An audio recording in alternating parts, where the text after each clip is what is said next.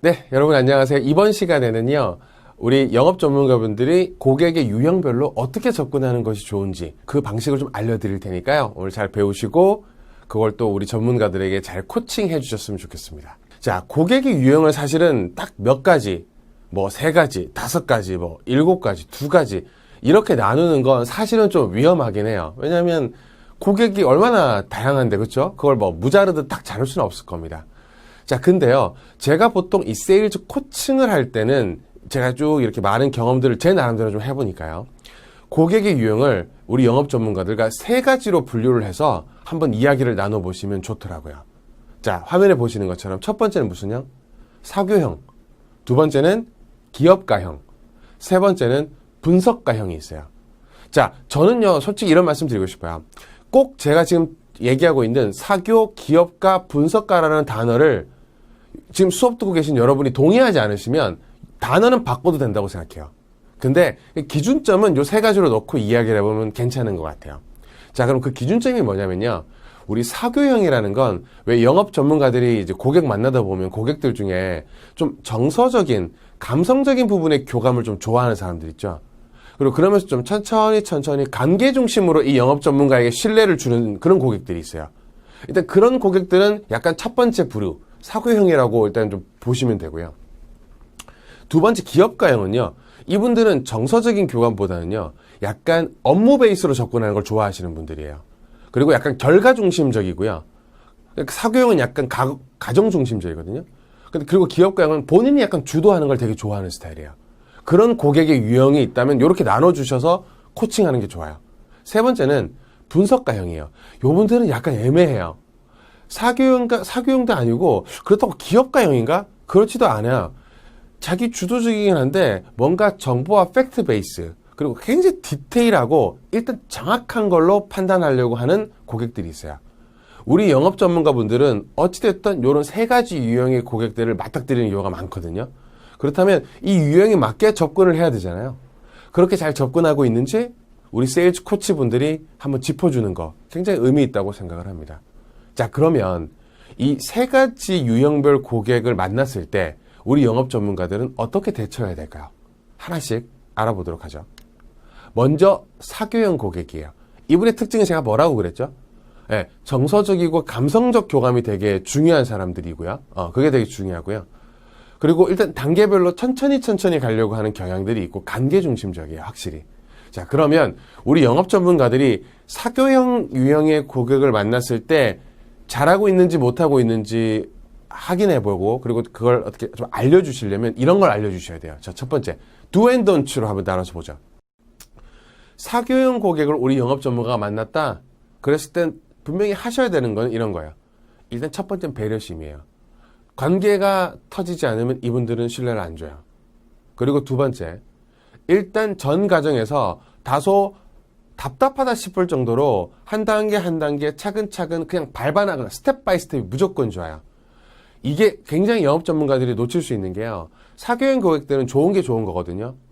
그러다 보니까 얼핏 보면 이 정도쯤이면 좀 훅 들어가도 되겠는데 싶은 타이밍이 느껴질 때가 있어요. 그럴 때 들어간다 만다 안 들어가는 게 좋아요. 천천히 가는 게 좋아요. 완전히 단단하게 콘크리트처럼 관계 속의 신뢰를 맺는 게 훨씬 더 중요해요. 그럼 그 다음에는 내가 원치 않아도 계속 불러줘요. 그렇기 때문에 영업 전문가들이 이렇게 할 수 있도록 코칭해 주셔야 돼요. 세 번째는요, 새로운 아이디어에 대해서도 천천히 소개해야 돼요. 그러니까 일단 좀 느려야 돼요, 일단은. 왜냐하면 이 새로운 아이디어가 좋다, 안 좋다를 이 사교형 고객은 일단 아이디어 자체를 갖고 판단하지 않아요.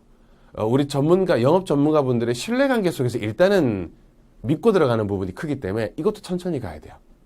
네 번째는 고객이 우려하는 바가 있다? 그럼 당연히 이 부분은 엄청나게 귀를 기울여줘야 됩니다.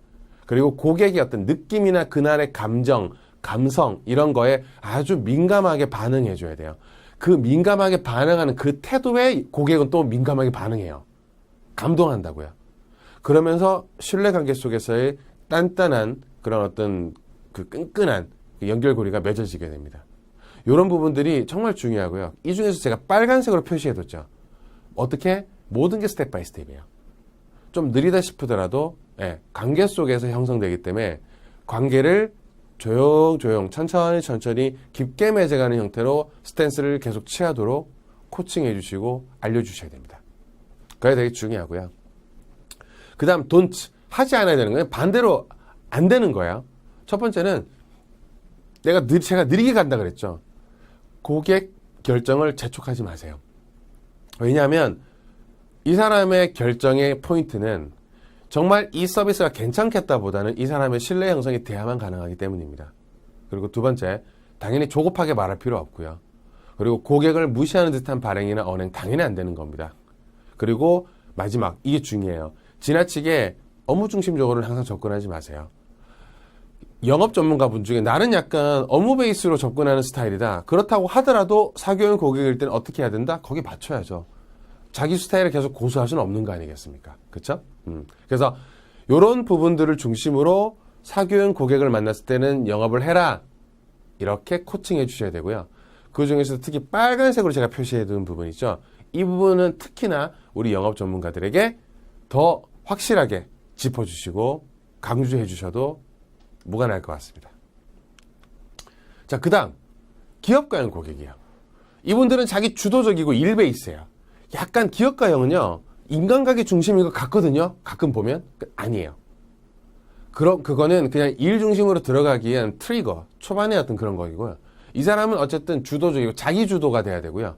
일 베이스로 일단 끊어가는 걸 기본적으로 좋아하는 고객들이 있어요. 이런 사람들을 만났을 때 우리 영업 전문가가 어떻게 해야 되냐? 일단 첫 번째, 이분들은 은근히요, 장황하게 말하는 거 좋아할 것 같거든요. 안 그래요. 일단 핵심은 간결한 게 좋아요.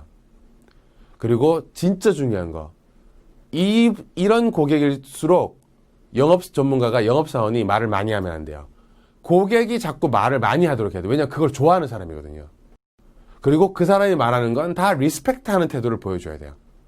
그걸로 행복감을 느끼는 고객 유형이에요. 이런 사람들은. 그러니까 이런 사람들은 오히려 새로운 아이디어도 자신 있게 먼저 소개해버리고요. 그러면 거의 120% 이렇게 답해요. 아이디어 좋네요. 근데 거기 제 생각을 좀 얹으면, 또 본인 얘기를 막 해요. 그럼 그걸 들어주면 돼요. 이렇게 끌고 가야 돼요. 그리고 그러면서 가능한 고객이 주도하는 상황을 만들고, 제가 강조했죠. 결과 중심적으로 접근하는 게 훨씬 더 중요해요. 이렇게 접근하도록 코칭해 주셔야 돼요. 영업 전문가 이렇게 해야 된다고요. 특히 이 중에서도 네 번째 있는 거 있죠. 고객이 자꾸 주도한다. 이 상황을 내가 끌고 간다는 느낌을 자꾸 줘야 돼요. 기업가형 고객을 만났는데 영업 전문가가 끌고 가는 느낌이다. 절대 기업가형 고객은 이 사람을 컨택하지 않습니다. 진짜입니다. 그 마음 이면에 그 감정선이 불편해서 안 돼요. 자, 그렇기 때문에 don't. 안 되는 것도 강조해 줘야겠죠. 일단 약한 모습은 보이지면 안 돼요. 그게 참 어려워요. 강한 모습을 보이되 그러면서 치고 빠질 때 치고 빠져주고 어쨌든 고객이 주도하도록 해줘야 돼요. 그리고 고객을 걱정하거나 그 고객을 믿지 않는 듯한 느낌? 이건 죽음입니다. 그리고 제일 중요한 건 세 번째예요. 논쟁이나 언쟁의 유혹에 빠지지 않아야 돼요. 이럴 가능성이 아주 커요. 왜냐하면 세일즈맨도 자기 주관이 강한 사람이 많잖아요. 아무래도 세일즈맨은. 근데 기업가형은 자기가 주도하는 걸 좋아한다 그랬어요. 근데 또 영업 전문가가 자신 없게 대충 얘기하는 걸 싫어해요. 그럼 이게 아이러니예요. 영업 전문가가 생각을 많이 해서 자신 있게 던졌어요. 근데 그때부터는 기업가형 고객은 딱 받으면 자기가 그걸 주도하려고 말을 막 하거든요. 그럼 그걸 들어줘야 돼요. 근데 초반에 자신 있게 영업 전문가도 던지다 보니까 자기 주관이 강하게 들어가죠. 근데 거기에 기업가형이 훈수를 자꾸 두는 형태로 말을 할 가능성이 높거든요. 그러면 거기다가 그것도 맞으시지만 제 생각은 이러면 기업가형 고객은 동의하지 않아요. 그것도 맞긴 한데 제가 보통 보니까 그래요. 그러니까 이런 식으로 자꾸 치고받다 보면 자칫하면 중간에 논쟁이나 언쟁의 유혹에 빠지게 딱 좋은 고객, 이 고객이에요. 특히 영업 전문가가 자기의 기가 좀 센 영업 전문가일 때는. 이거 제일 조심하셔야 됩니다. 이거 한번 빠지면 이 고객은 이 영업 전문가한테 물건이나 서비스 구매하지 않습니다. 그럴 이유가 없는 거예요. 예. 자, 그래서 이 부분을 절대 그러지 말라고 코칭해 주시는 게 아주 중요한 포인트입니다. 그리고 마지막으로 고객의 시간을 너무 뺏거나 그리고 정서적인 측면에 약간 기대시는 형태 패턴은 좋지 않다 그랬습니다. 결과 중심, 약간 업무 베이스가 훨씬 더 좋습니다. 그래서 사실은 이 세 개 유형 중에 어찌 보면 이 두 번째 유형이 제일 어렵습니다. 예. 그래서 요런 유형을 만났을 땐 이렇게 do and don't를 하시라고 잘 코칭해 주시는 게 중요합니다. 세 번째입니다. 분석가형 고객입니다. 분석가형 고객은 결론부터 말씀드리면 영업 전문가의 성향에 따라서 제일 응대하기가 쉬울 수도 있고 까탈스러울 수도 있습니다. 약간 애매한 유형입니다. 우리가 지금 약간 4차원 유형입니다. 물론 이 고객을 폄하하는 발언은 아닙니다. 근데 독특한 스타일이에요. 약간 어찌 보면 그러니까 사람을 갖고 판단하기 되게 어려운 스타일입니다. 앞에 두 유형하고 좀 다른 그런 고객이 있어요. 이런 사람들을 만났을 때는 어떻게 영업 전문가가 대처해야 되냐? 일단 좀 피곤하겠지만 전 과정을 꼼꼼하고 분석적으로 무조건 진행해 줘야 됩니다. 예를 들면 저 같은 영업 전문가 유형이 분석하는 고객 만나면 좀 어려워요. 제가 이런 스타일이 아니거든요. 그렇다고 엄청 피곤해. 저 혼자만 연락 피곤해. 이래서는 안 된다고요. 맞춰야죠. 자, 그리고 이런 분석가형 고객은 영업 전문가가 가장 신경 써야 되는 게 디테일이에요. 영업 전문가는 어쨌든 말로 하는 직업이다 보니까 이런저런 걸 좋은 게 좋은 거 툭툭툭툭 쳐나가는 스타일의 경우가 많거든요. 일단 큰 얼개에서는. 근데 그러다 보면 순간순간 이 정도는 괜찮겠지 하고 툭툭툭 쳐버리는 경향들이 있어요. 몇 가지를. 그런 것들은 분석가형 고객한테 예민해요. 그래서 이런 고객한테는 이거 되게 조심해야 돼요. 디테일 부분을 아주 조심해야 되고요. 그리고 어떤 새로운 아이디어를 제시할 때는 무조건 비교 정렬 방법을 써야 돼요. 기존의 방식하고 무조건 비교해 주셔야 돼요. 예를 들면 저도 제 교육 과정을 소개할 때 제 고객이 분석가형 고객이잖아요. 그러면 무조건 어떻게 하는 게 좋냐면 기존 고객이 다른 과정 들었던 거랑 제 과정을 비교해 주거나 제가 기존엔 이렇게 했었는데 그게 조금 안 좋은 게 있어서 이렇게 해봤더니 좋더라. 이런 식으로 비교를 해드려야 일단 수긍해요. 앞에 두 유형은 안 그래도 돼요. 그걸 다음에 해도 되거든요. 근데 분석가형 고객은 좀 달라요. 그 부분이 되게 예민해요. 그래서 비교 정렬하는, 그러니까 정렬해서 행렬 비교하는 걸 되게 예민하게 생각하는 경향이 있어요. 그리고 네 번째, 당연히 이 사람의 전문 지식이나 팩트는 무조건 존중해줘야 돼요. 왜냐하면 분석가형 고객한테는 이게 그 사람의 전부예요. 생명이라고요. 이걸 제가 그거는 좀 아닐 수도 있는데 이런 말을 하면 이 사람은 모든 게 무너지는 거예요. 그래서 이 부분은 꼭 지키셔야 하는, 이 부분은 꼭 잘 챙겨주셔야 되고요. 그럼 거꾸로 돈추도 이제 비슷하겠죠. 분석가형 고객이 제일 그래요. 정서적인 측면에 기대지 않아야 돼요. 그리고요. 산만하거나 거추장스러운 메시지를 자꾸 안 던져야 돼요. 저도 영업 전문가다 보니까 영업을 할 때 자꾸 앞뒤에 말이 길어질 때가 있어요. 쓸데없이. 이런 말을 분석가형 고객은 진짜 떼야 돼요. 아까 기업가형 고객은요. 오히려 업무 외적인 건 이렇게 썰을 좀 풀어도 돼요. 기업가형 고객은 이해를 해요. 대신에 제품이나 서비스 베이스로 들어가서 거추장이나 산만한 거 들어가면 싫어해요. 기업가형은. 근데 분석가형은 일상적인 대화도 거추장스럽게 하면 싫어해요. 그게 좀 차이가 있어요. 그런 부분을 잘 짚어주셔야 되고요. 그 다음에 분석가형 고객은 당연히 그렇겠죠. 고객 결정 재촉하면 안 돼요. 이 사람이 분석해서 결정하는 거예요. 그때까지는 무조건 기다리고요. 아니면 접고 나와야 돼요.